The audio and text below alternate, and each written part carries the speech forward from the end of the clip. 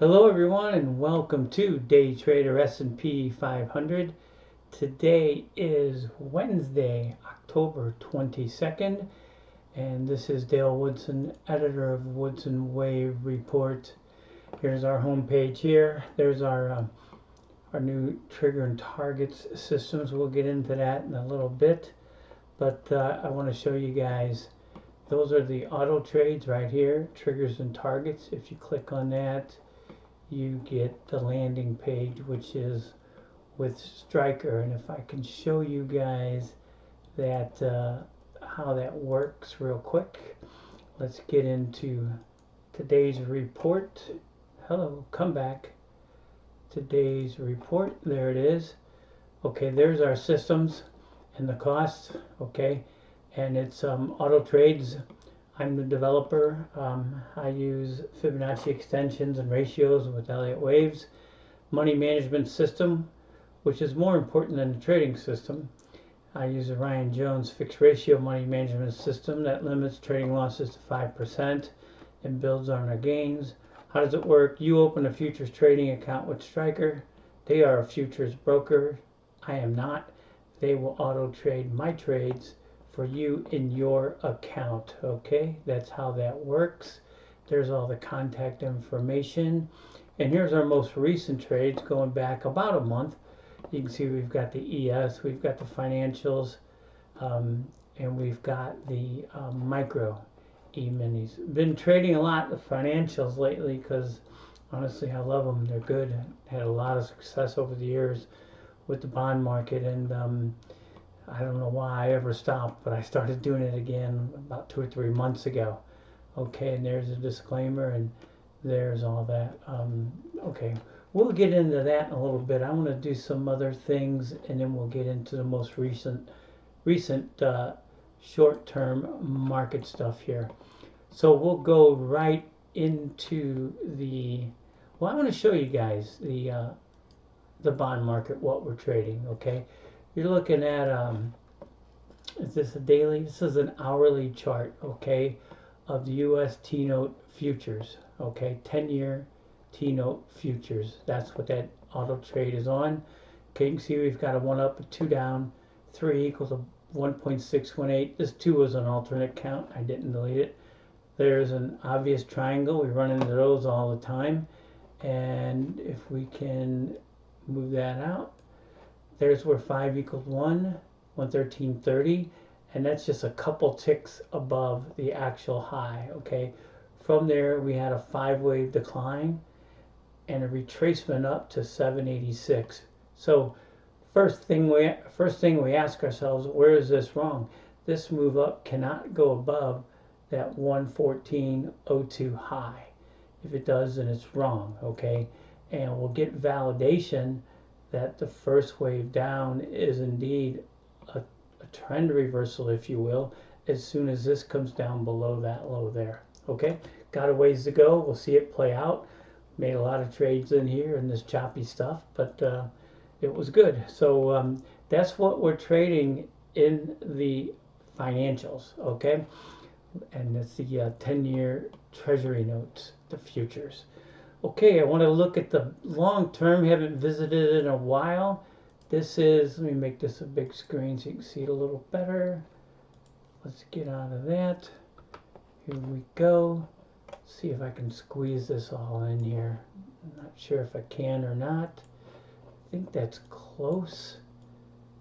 Okay, we had the wave 3 high here, and then we had the triangle, expanding triangle. Fourth waves all over the place. Okay. And that ended at the pandemic low. We had a 1 up in purple in parentheses, a 2 down, a 3 up, a 4 down. Let me separate this. And a 5 up target of 74.52. Okay, so the big key was this fourth wave down.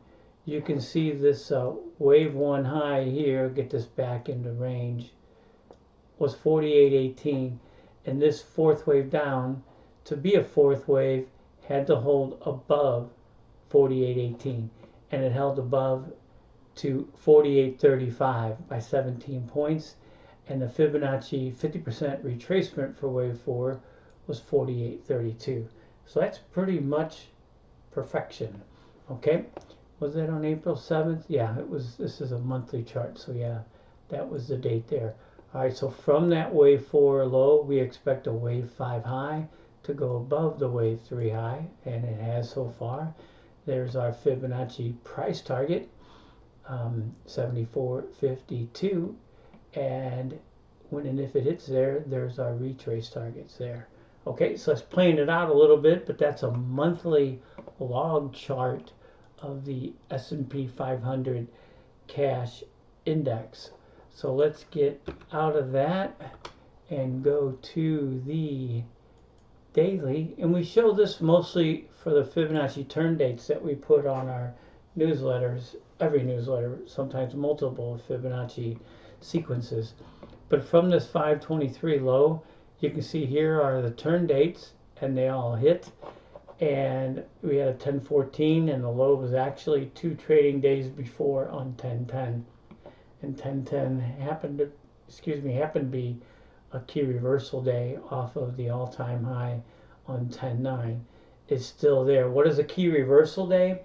It is when the market makes a new all-time high and closes below the previous day's low. Okay, so that's where we are. We'll see if that marks a trend reversal. So far it has not, but unless and until it goes above that all-time high, it's got a chance. Okay, so we'll keep it on the table. Okay, so that's the S&P daily chart, I believe. I want to get into the ES daily, which should be there. Okay, this is what we're working on off of this April 7th low. Well, we had a correction from the February previous all-time high in ABC, complete correction into the April low. 1 up, 2 down, 3 up, 4 down, 5 up. We were looking for 6,800. We got 68.12.25. Our direct hits are usually closer than 12 points, but I guess it's close enough to call a direct hit. Okay, there's again that high on the 9th of October, or it might have been the 10th in this index. So I think it was the 9th. And as long as that high holds, here are our retracement targets here for this 5-wave advance from April into October. Okay, you can see those numbers there. So that's what we're looking at on a daily chart of the E-mini futures. Okay, let me see if I want to get into that hourly chart. Yeah, and this is what we're looking at here.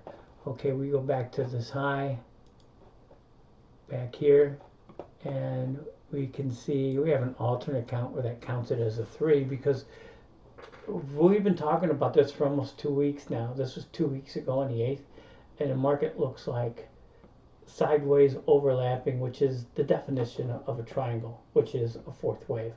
Okay, so if this is a 4th wave, this is a 3rd. Again, we always ask ourselves, where is it wrong, where is it right?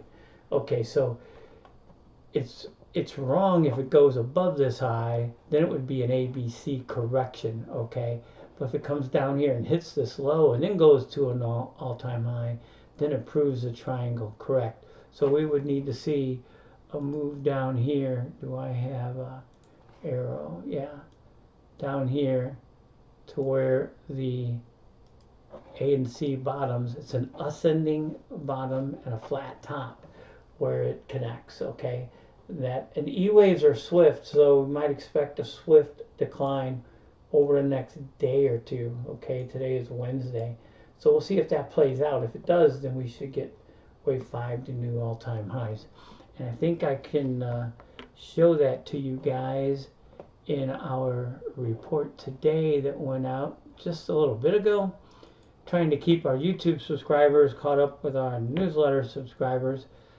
Honestly, people are turning more to the auto trades. It's doing well, and people are excited about it. Okay, so I explained how that works. There's the contact information. There's all of our trades. Okay, and that's since September 15th into October 20th. I think I might have an open position Don't know if we closed one today or not. Today's what, the 22nd, and that's through yesterday. Okay, there's our net realized gain with all these systems over the course of a little over a month. Okay, there's our disclaimer. I had put out that I'd be out of the office, but plans have changed, so I'm here. Anyway, there's that fourth wave ascending triangle. You can see it right there. It's an hourly bar of the E-mini futures. I want to get into the verbiage here. Yeah, we talked about right away how this could be a fourth wave and it could develop into a triangle, and it looks like it has from the 8th 2 weeks ago, and we are seeing the exact description of a fourth wave triangle, long sideways overlapping pattern. Okay, all that is needed is, again, wave E down to our target, which connects the bottoms of waves A and C. Okay, and then this should turn, okay, yeah.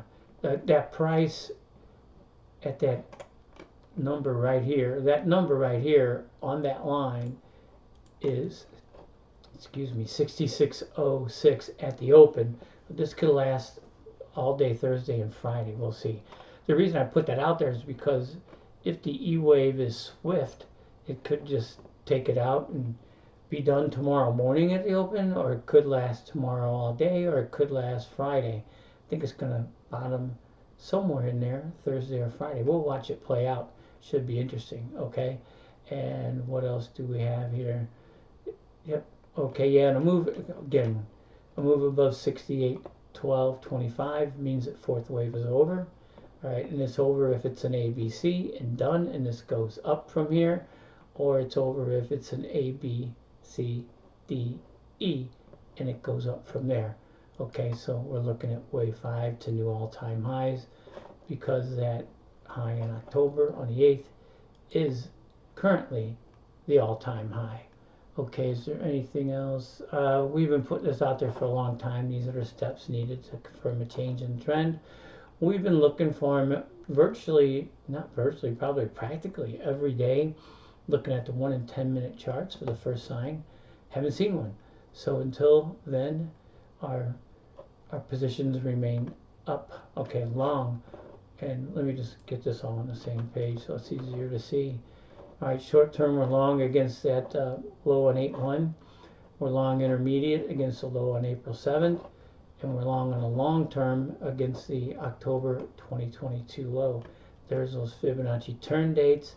And since that has come in path, I'm going to have to work on some new Fibonacci time spirals, okay?